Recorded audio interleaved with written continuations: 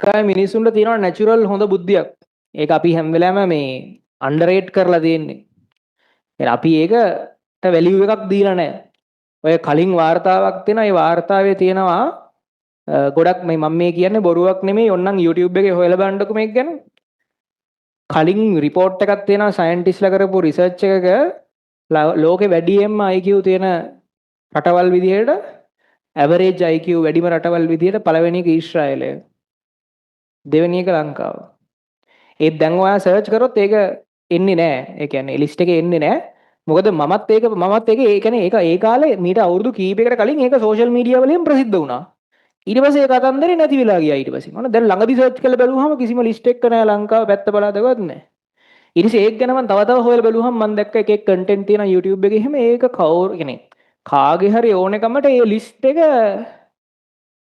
කියන්නේ ඉන්ටර්නෙට් එකෙන් ඉවත් කිරීම සඳහා උපරිම ක්‍රියාමාර්ග අරන් තියනවා කියලා. මම දන්නේ නැහැ ඒකේ තියෙන ඇත්ත නැත්ත බව. කියන්නේ එහෙම කන්ටෙන්ට් තියෙන YouTube එකේ කරපු ඒවා මේ ඒ ගැන රිසර්ච් කරලා ඒ කියන්නේ පොඩ්ඩක් හොයලා බලලා එහෙම එකක්. එනවා ඊශ්‍රායල් ජාතිකයන් සහ ලංකාව අතර පොඩි ජෙනටික් සමානකමකුත් තියෙනවලු. ඒ කියන්නේ ජානමය වශයෙන් සමානකමක් තියෙනවලු. අවුරුදු 3000කට විතර කලින් ඉඳන්ම පොඩි විවිධාකාරයේ රටවල් දෙක අතර සම්බන්ධතා තිබිලා තියෙනවලු. ඒකේ මොකක් හරි සිද්ධියක් ඇති.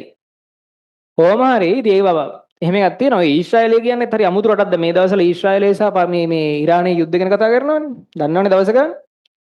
ඒගොල්ලෝ විලා ලංකාවෙන් 3න් 1යි සයිස් එක. ලංකාවෙන් භාගයයි ජනගහනය. පොඩි රටක්. සයිස් එක ලංකාවෙන් 3න් 1යි. ජනගහනය ලංකාවෙන් භාගයයි. එතකොට එහෙම රටක් ලෝකේ 8 වෙනියට විතර බලවත්ම රට. කොහමද? කියන්නේ මොකද්ද ප්‍රධාන ආදායම් මාර්ගය? ප්‍රධාන ආදායම් මාර්ගය කියලා ගැන කතා කරාම ගොඩක් වෙලාවට මෙන්න මෙහෙම කතන්දරයකුත් එනවා. ඇත්තම USA කියන්නේ ඇමරිකාව ඊශ්‍රායලයට උපරිම සපෝට් එකක් දෙනවා. මොකද අර මැද පෙරදිග ඇමරිකාවේ අධිර කියන්නේ ඇමරිකාව නියෝජනය කරන කණ්ඩායම් විදිහට තමයි ඊශ්‍රායලය සැලකන්නේ. ඒතර ඒගොල්ලන්ට එතන ඇමරිකාවේ ලොකු සපෝට් එකක් තියෙනවා. ඒ කතන්දරේ පැත්තකින් තියලා අපි මේක ඉගෙන ගන්න තියෙන දේ ගත්තොත් එහෙම ඊශ්‍රායලයේ ප්‍රධාන ආදායම් මාර්ගය වෙන්නේ අර කතන්දරේ අමතක කරලා බැලුවාම මොලේ.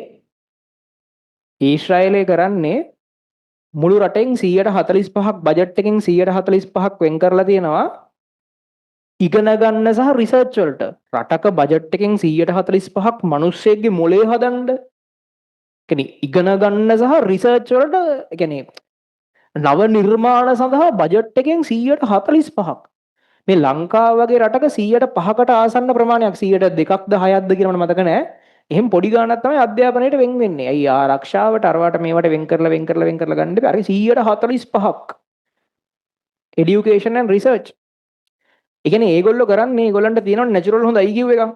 ඒගොල්ලෝ කරන්නේ ඒගොල්ලන්ගෙන් ටීම් හදලා හොඳට උගන්වලා ටීම් හදලා ලෝකේ තියෙන ප්‍රශ්න වලට උත්තර හොයලා පේටන්ට් ගන්නවා. එච්චරයි.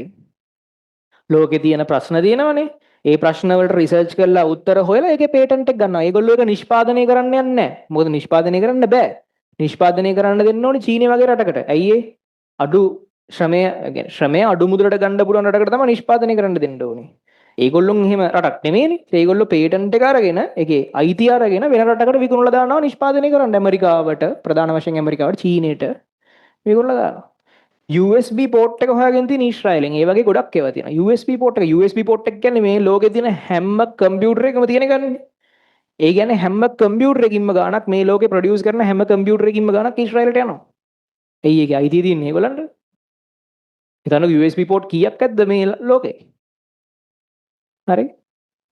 එතකොට මේ ඒ වගේ රටක් ඊශ්‍රායල මම මේ ඊශ්‍රායලයේ පැත්තක් ගන්නවා නෙමෙයි. මම කියන්නේ ඉගෙන ගන්න තියෙන දේ. ඊට පස්සේ මේ ඒගොල්ලන්ගේ තියෙන මේක තමයි මොඩල් එක.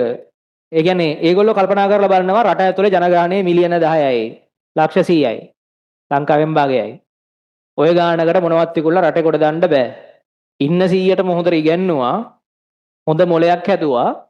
ලෝකේ තියෙන ප්‍රධාන කම්පැනි වල රිසර්ච් සෙන්ටර්ස් තියෙන ඊශ්‍රායලේ. Microsoft Research Center, IBM Research Center Israel තියෙන්නේ. එහෙම එක රටක් ඒගොල්ලෝ. දැන් මේ කතන්දරයට පරස්පර මතයක් තියෙන ඇමරිකාවෙන් ඒගොල්ලන්ට සපෝට් කරන හින්දා ඒගොල්ලෝ එච්චර බලවත් කියලා. ඒකත් වෙන්න පුළුවන්. නමුත් අරකට ලොකු කන්සර්න් අපිට ඉගෙන ගන්න තියෙන දේ අපි බලන්න. එතකොට ඊට පස්සේ එච්චර පොඩි රටක හිතන්නකෝ දැන් ඔය අයන් ඩෝම් එක වගේ ප්‍රබල ආරක්ෂණ පද්ධතියක් වගේම තියෙනවා. අයන් ඩෝම් එක කියන එක ගැන සමහරට ඔයාලා අහලා ඇති. මිසයිල් ආරක්ෂණ පද්ධතියක්. ඒගොල්ලන්ට එළියෙන් මිසයිල් ගැව්වම ඒගොල්ලන්ට ඒගොල්ලන්ගේ තියෙන ප්‍රධාන මිනිස්සු ගැවසෙන තැන් ආරක්ෂා කරගන්න මිසයිල් ආරක්ෂණ පද්ධතියක් තියෙනවා මාර බලවත් එකක්. වෙන ගහන ඕනෑම මිසයිලයක් උඩදින් විනාශ කරලා දාන්න පුළුවන් ඒකට අයන් ඩෝම් එකට. ඔටෝ ක්‍රියා කරන්නේ. රෙඩාර් එකකින් මිසයිල් එක ඩිටෙක්ට් කරගෙන ඒකට වෙන මිසයිල් එකක් ගහලා දානවා උඩදී. හරි. ඒ වගේ රටක් ඒකේ. එතකොට වැදගත් කතන්දරයක්. මේ ඒ නිසා මිනිස්සු ඉගෙන ගත්තොත් රටක මිනිස්සු සයන්ස් කරොත් අර සයන්ස් නොලෙජ් එක හදාගත්තොත් මොලේ හදාගත්තොත් ඒකම ඇති රට කොට දාන්න. හරිද? වෙන ලොකු කර්මාන්ත තියෙන්න ඕනේ නැහැ. ඒකම ඇති රට කොට දාන්න.